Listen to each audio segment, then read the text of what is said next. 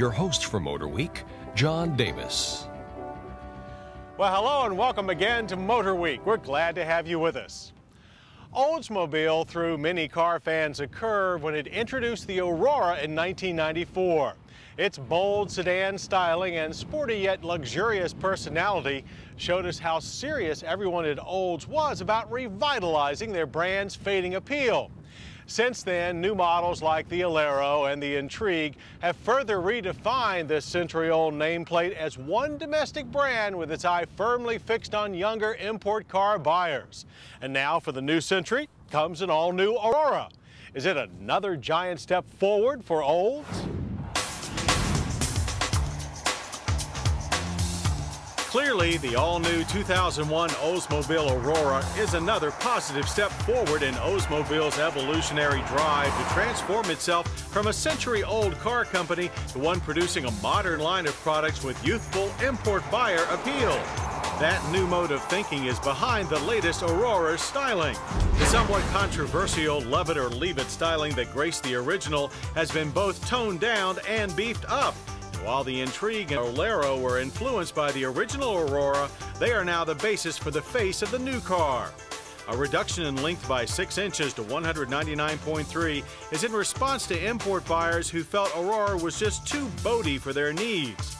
The new redesign at the rear made some of our staff remark on its now cleaner Chrysler-ish appearance. And although the shorter length has reduced trunk capacity ever so slightly, its 14.9 cubic feet is now more accessible thanks to a wider opening and a lower liftover.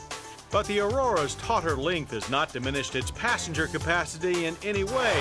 In fact, front and rear seat volume have been increased, with more head, hip, and shoulder room all around. We found little wanting to about the level of luxury in our 4-liter V8 Aurora test car. Both front occupants get 6-way power seats with power recliner and lumbar support for the driver. Seat heat is optional, but leather upholstery is standard. So are the new side impact airbags integrated into the front seat backs. Facing the driver is a tiltable steering wheel mounted with satellite controls for the climate system as well as stereo. It fronts a basic but elegant-looking cluster of gauges trimmed with chrome bezels.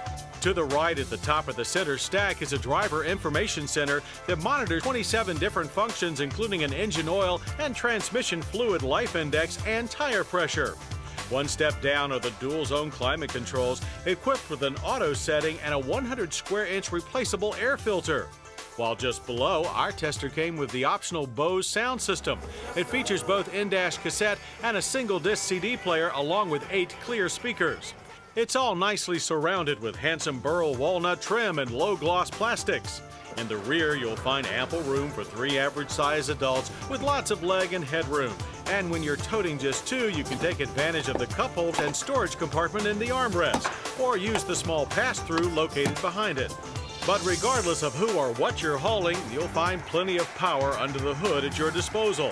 And for the 2001 model year, there are 2 powertrain choices available. New to Aurora is this 3.5-liter double overhead cam 24-valve V6, rated at 215 horsepower and 234 pound-feet of torque. It's connected to a Hydra-Matic front-wheel drive 4-speed automatic transmission. It's based on the engine found in our test car, this reworked Northstar-derived 4-liter twin-cam 32-valve V8, producing 250 horsepower and 260 pound-feet of torque.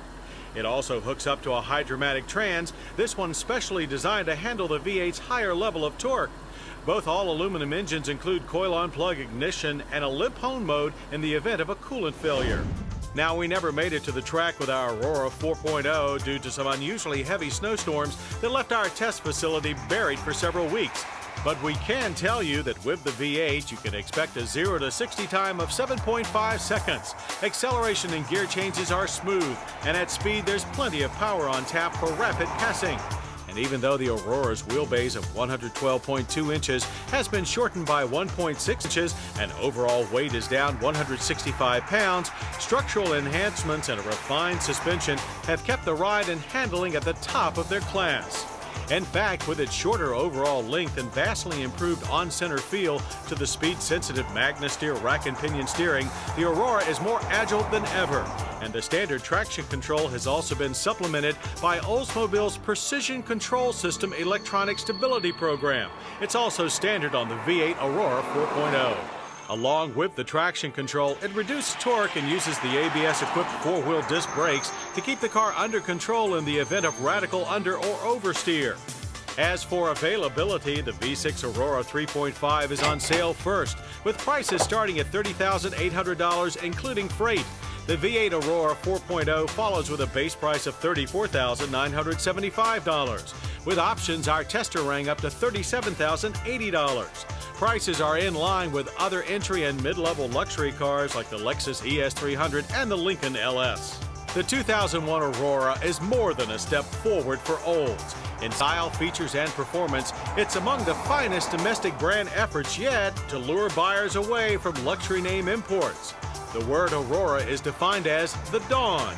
It's a new beginning definition that Oldsmobile hopes applies not only to the 2001 Aurora, but to the second century of Oldsmobile as well.